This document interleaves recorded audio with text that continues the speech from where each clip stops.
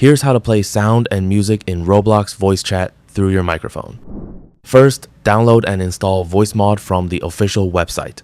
Create a free account or sign in, then complete the installation and launch the app. When VoiceMod opens, open the soundboard section. Here, you'll find built-in sound effects that you can play through your microphone.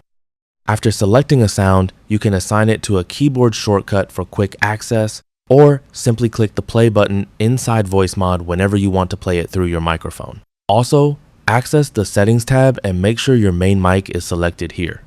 Now, open Roblox, click the Roblox icon in the top left corner, and go to Settings. Scroll down to Input Device and change it to VoiceMod Virtual Microphone instead of your regular microphone. Close the Settings menu to save the changes. Any sounds or music you play in VoiceMod will now be transmitted through your microphone in Roblox Voice Chat, as long as you're in a game that supports voice chat. That's all for this video. Thanks.